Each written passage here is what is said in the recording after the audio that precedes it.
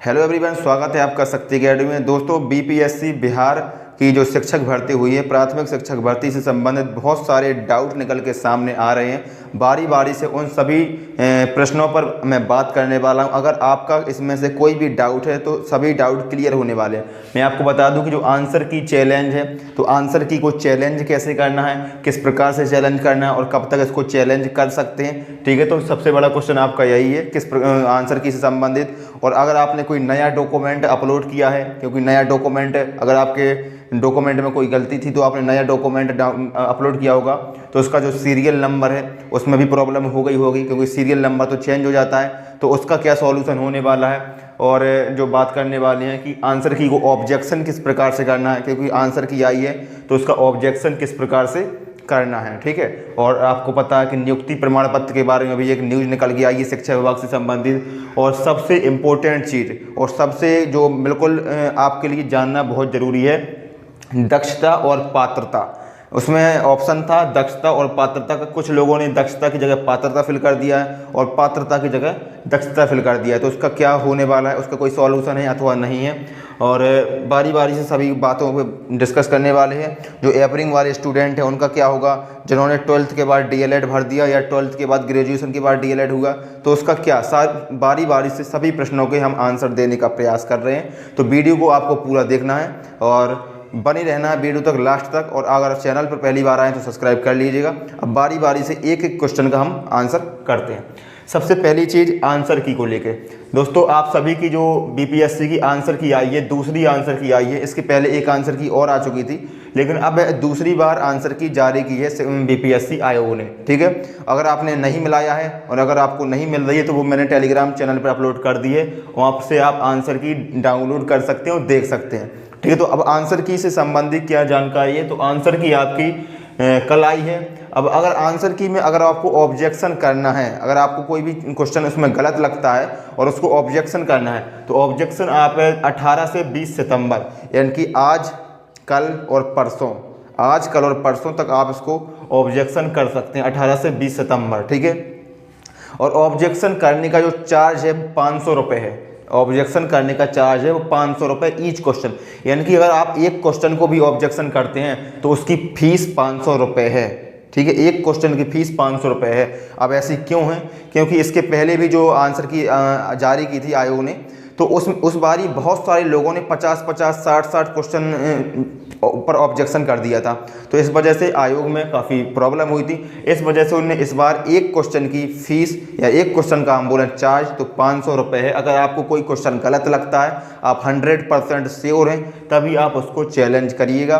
ठीक है, तो आंसर की मैंने आपको बता दी कि आंसर की आप चैलेंज किस प्रकार से करना है। तो चैलेंज करने का तरीका है कि आपको आपका जो डैशबोर्ड होगा, जो बीपीएससी आयोग है उसका ऑफिशियल वेबसाइट पर चले जाना है, उसका डैशबोर्ड पर आपको लॉगिन कर लेना है। जैसे ही आप लॉगिन करेंगे तो वहीं से आपको ऑप्शन मिल जाएगा कि की चैलेंज के लिए, आंसर की चैलेंज के लिए वहीं पर आपको ऑप्शन मिल जाएगा। तो वहीं से आपको सबमिट कर देना है। आपका चार्ज भी 500 रुपये, आपका शुल्क भी वहीं से कट जाएगा। तो इस प्रकार से आपको आंसर की को चैलेंज करना है। काफ़ी सारे लोगों को मेरे पास कमेंट आया था कि आंसर की को चैलेंज कैसे करना है, तो मैंने बताया कि आंसर की को चैलेंज कैसे करना है। और अगर आप करना चाहते हैं तो 18 से 20 सितंबर की तारीख आप याद रखिएगा, 18 से 20 सितंबर के बीच में ही आप इसको चैलेंज करिएगा।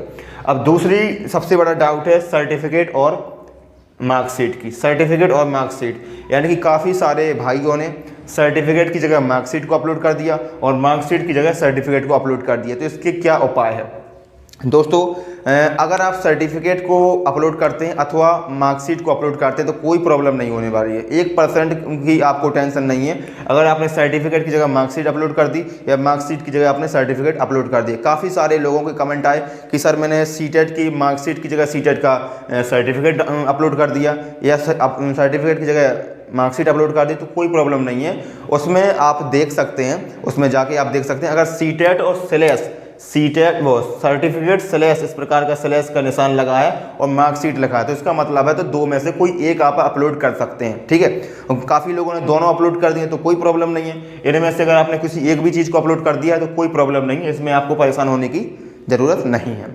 ठीक है, अब सबसे बड़ी चीज़ आती है दक्षता और पात्रता।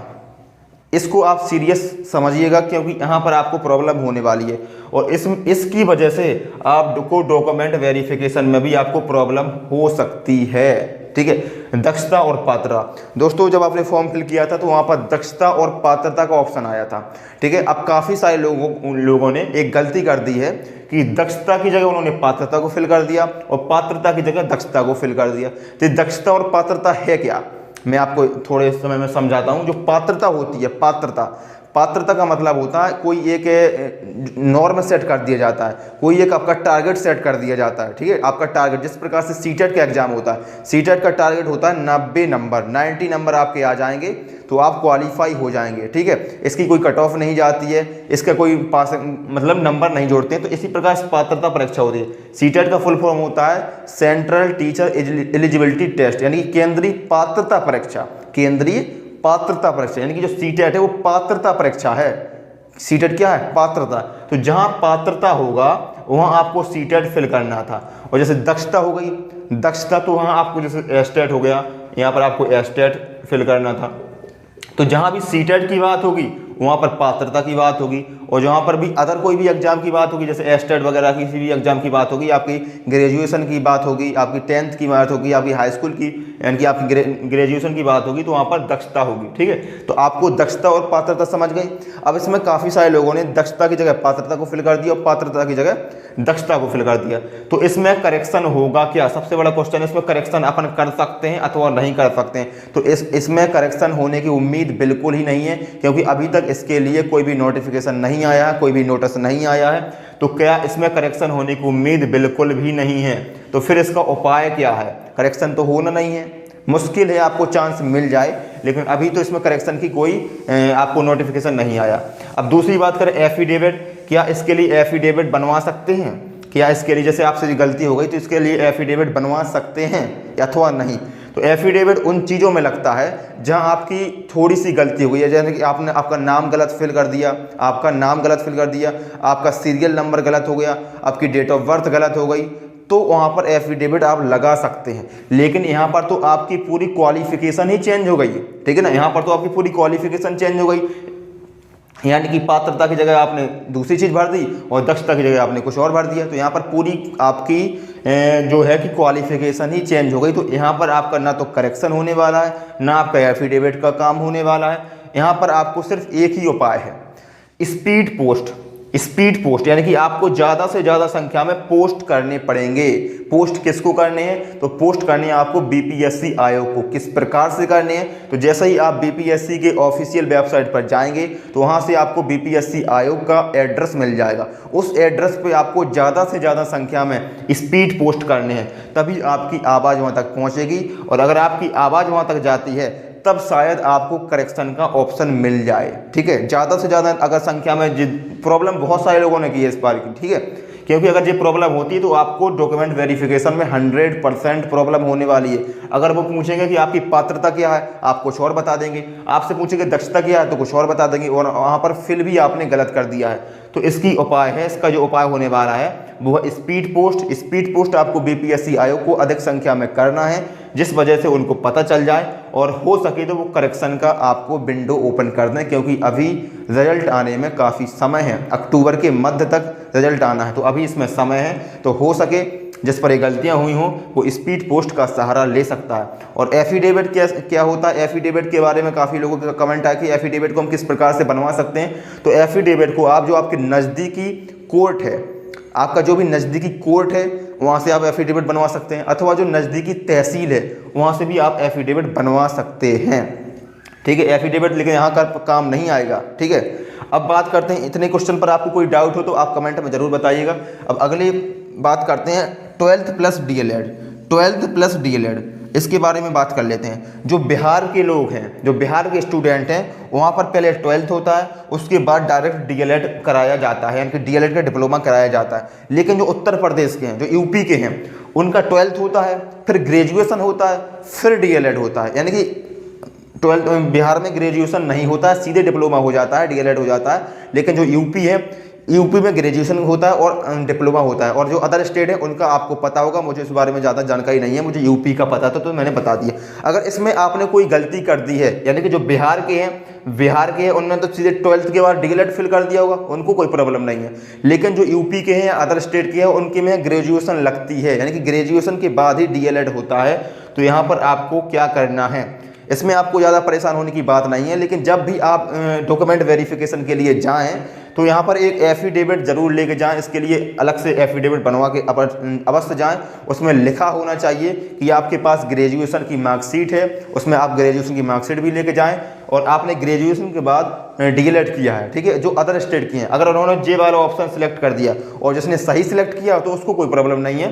लेकिन अगर सीधे जिसने 12th के बाद सीधे डिप्लोमा कर दिया है अदर स्टेट का, जैसे यूपी वगैरह का हो गया, तो उसको एफिडेविट जरूर लेके जाएं और उसमें लिखा होना चाहिए कि मेरे पास ग्रेजुएशन की मार्कशीट है और ग्रेजुएशन के बाद मैंने डीएलएड किया है, ठीक है। तो फिर आपको कोई प्रॉब्लम नहीं होगी, अन्यथा फिर कुछ हो सकता है। तो आप इसका उपाय मैंने आपको बता दिया है।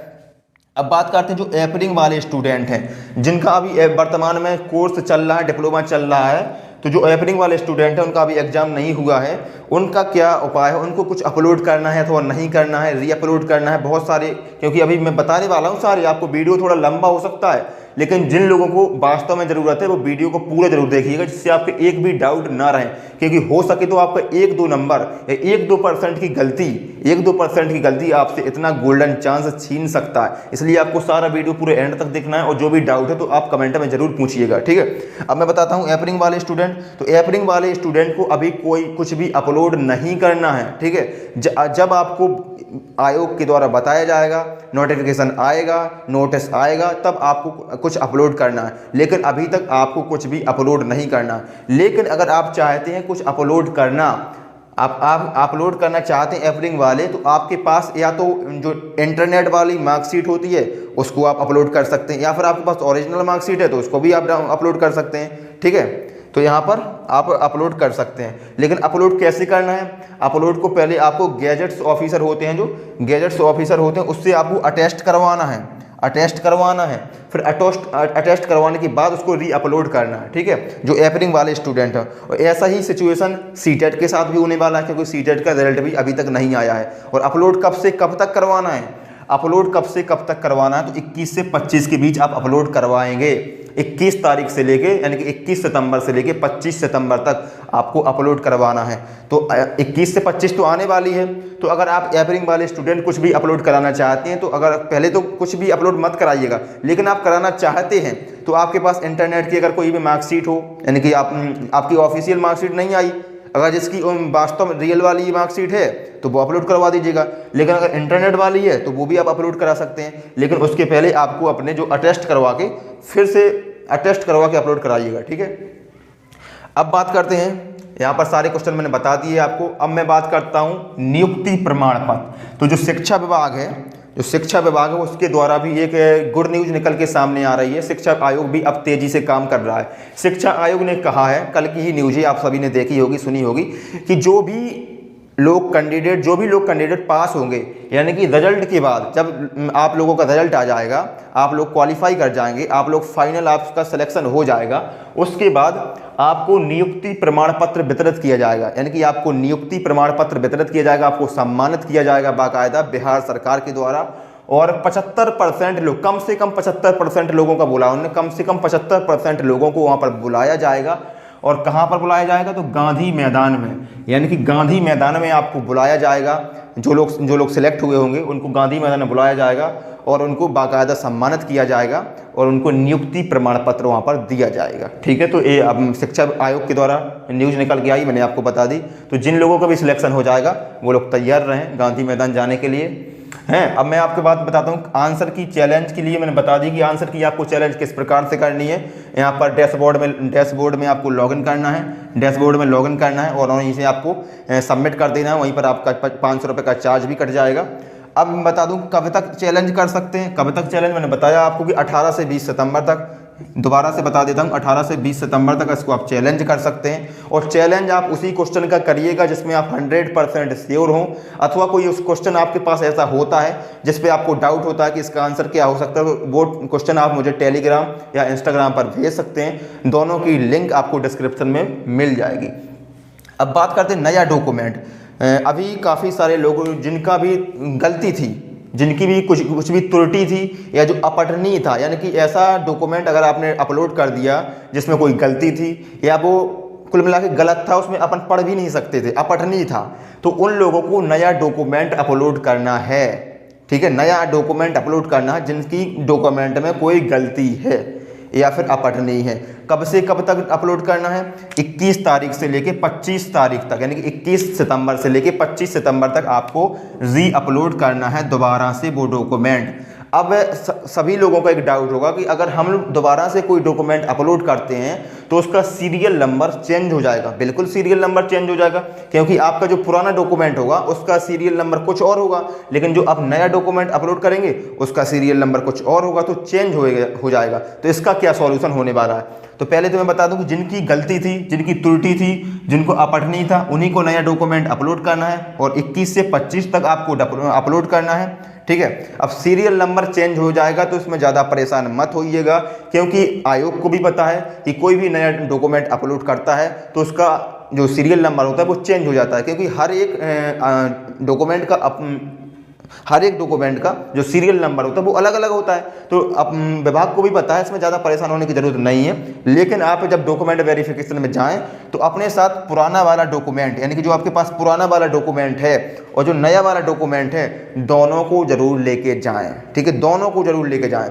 ठीक है, और एक और बात, जिनकी भी त्रुटि थी तो उनको सुधार करवा लिया होगा, और सुधार करवाने के बाद आपको डॉक्यूमेंट को अटेस्ट करवाना है। ठीक है, अटेस्ट किससे करवाना है? तो जो ए ग्रेड के ऑफिसर होते हैं या फिर जो बी ग्रेड के ऑफिसर होते हैं उनको बोलते हैं गैजेट्स ऑफिसर, तो उनसे आपको अटेस्ट करवाना है, उनके सिग्नेचर करवाना है, उनसे अटेस्ट करवाना है, फिर उसको री अपलोड यानी कि दोबारा से अपलोड करना है। ठीक है, आप दोबारा से री अपलोड करना है इसको आपको, और इसको आप री अपलोड कर दीजिएगा 21 से 25 तारीख के बीच में, फिर आपको कोई प्रॉब्लम नहीं होगी। और जिन लोगों का भी अगर सुधार अभी तक नहीं हुआ है, यानी कि जो त्रुटि है, जिस भी डॉक्यूमेंट में त्रुटि है वो अभी अंडर प्रोसेस है, वो सुधार नहीं हुआ है, तो उनको क्या करना है? उनको मैं बता दूं कि आपका सुधार तो नहीं हुआ है तो आप परेशान मत होइएगा। आपका जो भी पुराना डॉक्यूमेंट है, उसमें बढ़िया एक लाइन लिखवा दीजिएगा कि जो प्रोसेस है वो अंडर प्रोसेस है, यानी कि जो अभी प्रोसेस है वो पूरी नहीं हुई है, अभी काम चल रहा है, और उस में अंडर प्रोसेस लिखवा के आप उसमें गैजेट्स ऑफिसर के सिग्नेचर करवाएंगे, फिर उसको दोबारा से आप री अपलोड करेंगे, जिसके में भी अभी तक त्रुटि सही नहीं हुई है, उसको बताया मैंने। ठीक है, तो आपको जो त्रुटि वाले हैं उनको बताया मैंने कि अटेस्ट करवाना, री अपलोड करना 21 से 25 तारीख तक, और जो ओल्ड और न्यू दोनों आपको डॉक्यूमेंट लेके जाना है अपने डॉक्यूमेंट वेरिफिकेशन के टाइम पे। और जिनकी त्रुटि अभी तक नहीं सुधरी है, नहीं सही हुआ है, तो उसको आप लिखवा दीजिएगा कि अंडर प्रोसेस में है, और फिर उसको आप गैजेट्स ऑफिसर के सिग्नेचर करवाइए, उससे अटेस्ट करवाइए और फिर उसको री अपलोड कर दीजिए। अब मुझे कोई ऐसा आपका डाउट समझ में नहीं आ रहा है, मैंने जितने भी आपके सारे डाउट थे वो मैंने बता दिए हैं। अगर फिर भी आपको कोई डाउट है तो कमेंट में ज़रूर करिएगा। मैंने जितने भी आपके डाउट थे, सभी के कॉमन डाउट मैंने सभी के निपटा दिए हैं। अब जो भी आपका डाउट है उसको आप एक बार कमेंट में ज़रूर बताइएगा, और वीडियो आपको पसंद आए तो वीडियो को आपको लाइक करना है और चैनल को करना है सब्सक्राइब। इतना तो आप कर ही सकते हैं, क्योंकि काफ़ी सारी मेहनत लग जाती है, काफ़ी सारी रिसर्च करनी पड़ती है कि कहाँ से क्या करवाना है। मुझे भी ज़्यादा नॉलेज नहीं था, लेकिन मैंने आप सभी के लिए काफ़ी नॉलेज इकट्ठा किया और सभी आपको बारी बारी से बताया। तो जिन लोगों को भी सिलेक्शन होने वाला है उनका प्रमाण पत्र भाई गांधी मैदान में मिलने वाला है, तो आप एक्साइटेड होंगे जिन लोगों का भी सिलेक्शन होने वाला है। अगर आपने कट ऑफ नहीं देखी है तो कट ऑफ का वीडियो भी मैंने आपको दे दिया है, कट ऑफ का वीडियो आपको मिल जाएगा, चैनल पर है। और जो लोग भी अभी तक टेलीग्राम और इंस्टाग्राम पर नहीं जुड़े हैं तो वहाँ पर जुड़ जाइए। और जिन लोगों को भी कोई लगता है कि किसी आंसर की में कोई क्वेश्चन गलत है, आप उस पर वो करवाना चाहते हैं, चैलेंज करवाना चाहते हैं, तो 18 से 20 तारीख तक आप उसको चैलेंज कर सकते हैं। अगर आपको उसका सही आंसर नहीं मिल रहा है तो वो भी आप मुझे इंस्टाग्राम या टेलीग्राम पर भेज सकते हैं, जिससे हो सके तो मैं उसका सही आंसर ढूंढने का प्रयास करूँगा। ठीक है, मिलते हैं अगले वीडियो में, तब तक के लिए धन्यवाद। सब्सक्राइब कर लीजिए, धन्यवाद।